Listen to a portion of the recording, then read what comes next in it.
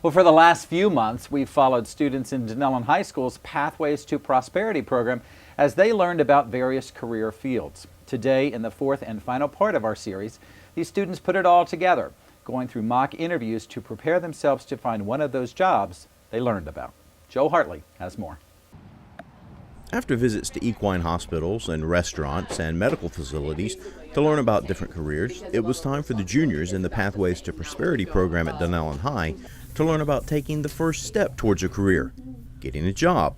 Students sat down with potential employers for mock job interviews. Is the glass half empty or half full? I think of myself as an optimist. Whenever a situation comes by where I have to decide whether I think of it half empty or half full, I always try to look for the best.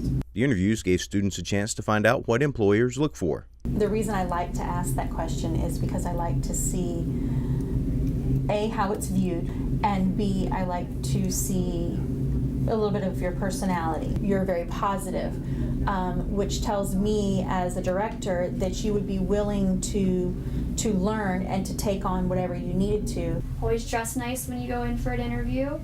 I always tell people, I like when they arrive about 10 to 12 minutes early. It shows me that they're eager, but anything over that is, we're still working hard, and it's a little too much, anything over 10 to 12.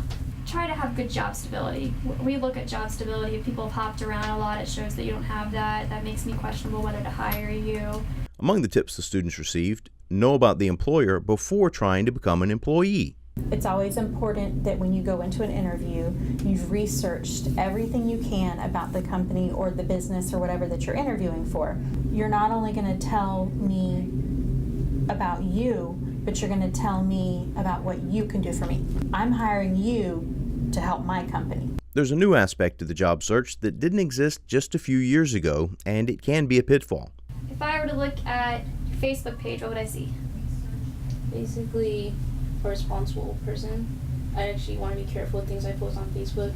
I'm not one of those students that like to post inappropriate things from parties and things like that. Not that I do that stuff anyway, but basically you won't find anything wrong with it. When you're applying for a position somewhere or you're interviewing, that's one of the first impressions an employer will get. They're not going to tell you that, but a lot of times with our applicants, that's the first thing I do is I look at their Facebook page, And even if you just post day-to-day things, if someone else is in a professional job and they're posting updates daily, it doesn't look professional. One bit of advice is the whole idea behind the program. Know what you're getting into.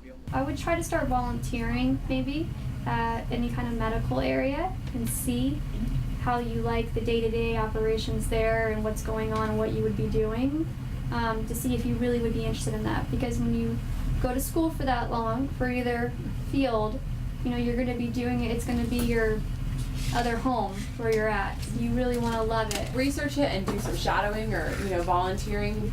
It'll give you a better idea, because once you go in and do it, when you come out of school, if for some reason you change your mind, it's really hard, and you're going to be doing that job every day.